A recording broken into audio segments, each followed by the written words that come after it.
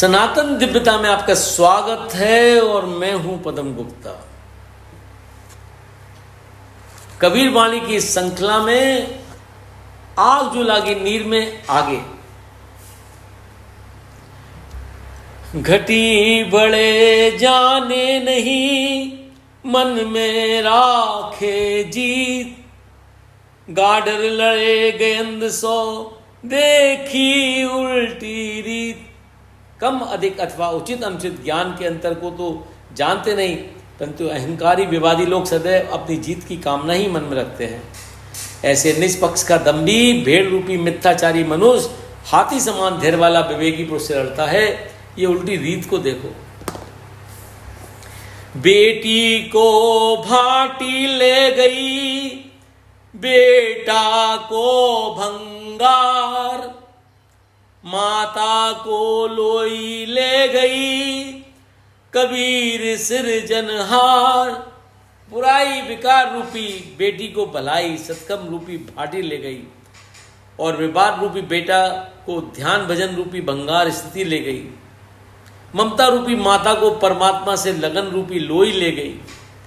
कबीर साहब कहते हैं कि इस प्रकार से सृजनहार रूपी निज परमात्मा स्वरूप में जीव मिल गया। ऊने आई बादरी, बरसन लगा अंगार, उठ कबीरा धाह दे, धाजत है संसार।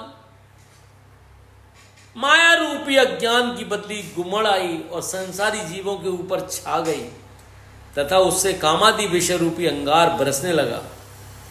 कबीर साहब कहते हैं कि इससे ये संसार जल रहा है। ए जीव, तू सचेत हो और उठकर भाग चल, स्वयं को इस आग से बचा ले। अचर चर चर पहिरे, मरे न चारे जाए, बाराबास बिलोगना, घूमे एके भाई।